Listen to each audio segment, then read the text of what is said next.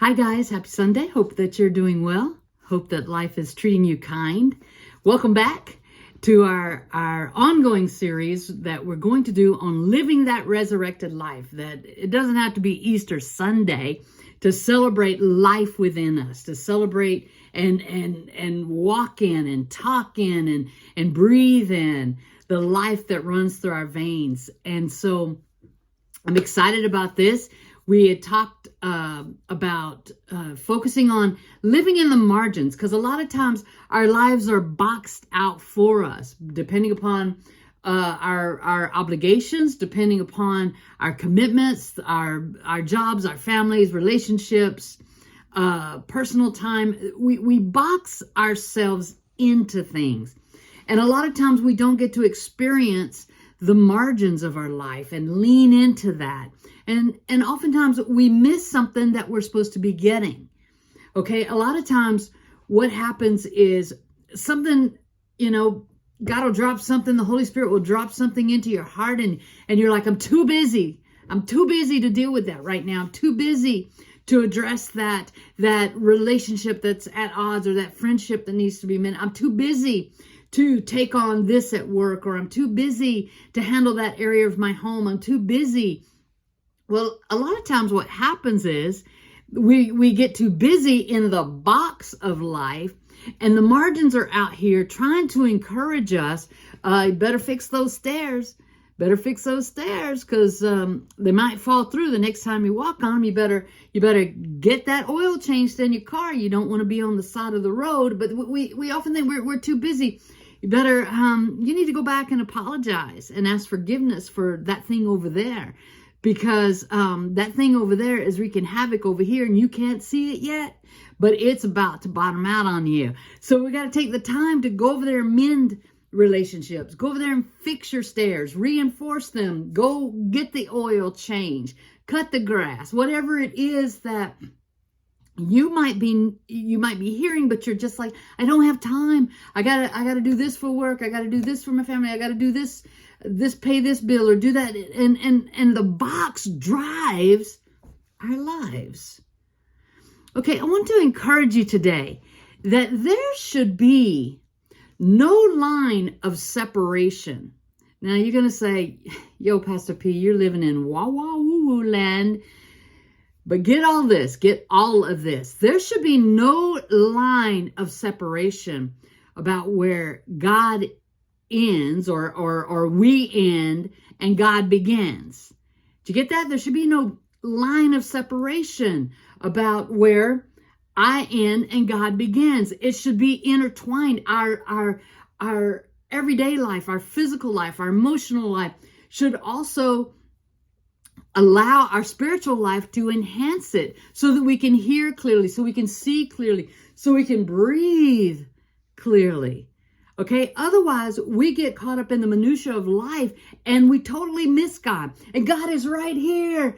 Hey, I'm trying to speak to you, but we can't hear because of all the busyness and all the other stuff and obligation and priorities and all this stuff, perceived stuff that we got going on over here that don't mean a hill of beans.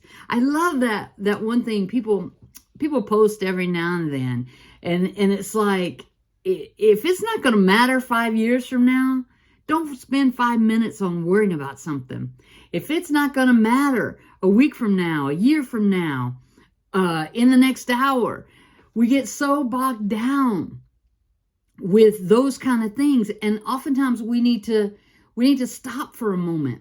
Just stop for a moment and set some real priorities, because the priorities I had in my 20s are not the priorities I have now. Priorities I had in my 30s, my 40s, okay, are not the priorities now. But oftentimes we find ourselves still living by that stuff. We stopped getting to know ourselves. We stopped evolving as we changed, and life around us changed, and relationships hopefully matured and grew. We didn't grow with them.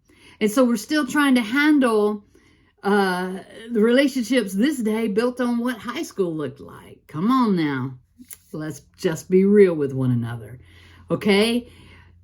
This is a call and encouragement to come to that place of maturity in all things, emotionally, financially, spiritually, mentally, getting to those places of allowing the Holy Spirit, the very presence of God, to be active in every area of your life. So that when we set goals, when we attach ourselves to something, I want to share that story again, that road to Emmaus. If you remember that story, they were walking with Christ and didn't know it. Didn't know it. He was right there to tell all things. He could have told what it was like on the cross. He could have told what it was like. He could have walked through all that. What it was like in the tomb. He could have told about what happened in the tomb. He could have told about, when the stone was moved away. Okay, he could have told about what it was like that morning to walk out of that tomb just free, just from all things that would hinder him or oppose him. How amazing that if we roll back the stone of our life to walk out in that freedom, that spiritual boldness and strongness to approach each day as it is and not how we perceive it to be or how we expect it to be, or to meet each person where they are. What a concept, to meet each person where they are rather than put our judgments and our stuff on them. Wow. And you see, on that road to Emmaus, they had an opportunity to ask all those things, but they didn't recognize him. They didn't see where God was working. Remember in our Lenten series, see where God is working and go there. Pay attention that God's trying to tell you something. God's trying to show you something. So as we explore the margins of our life, as we explore living in that place of living in resurrection, living in atonement, living in that being at one with God and allowing God to be one with us, okay? Creating and raising that awareness in our life and seeing God working on our behalf when we least expect it. You know, in all honesty, we get all excited. This is just an aside. This is a Pastor P commentary on the side. Okay, it's my 2 cents worth. We should be, we get so excited when we say, oh, miracle, oh, this happened. We should be appalled when we don't see miracles. We should be appalled when we aren't recognizing God in everything. And so trying to change that way of thinking, okay? Because as we think in our heart, as we think that God is working and actively moving in everything in our life, God already is, but we got to get to that place, okay? God is already here, and we find ourselves, we're often coming at it so close, but we just miss, and there's just all this closeness, but we're not quite there, okay? So I want to encourage you to get there. And one of the best things to do is this week, okay, here's your challenge for this week, to pay attention. Pay attention in those places where your road to Emmaus, where you might not see God at work on your job, at God. Say, hey, God, let me see you. Let me see you on my job. Let me see you active in the relationship with my children, my grandchildren. Let me see you active in my relationship with my spouse. Let me see you. Lead me, guide me, direct me in this. So here's the challenge this week.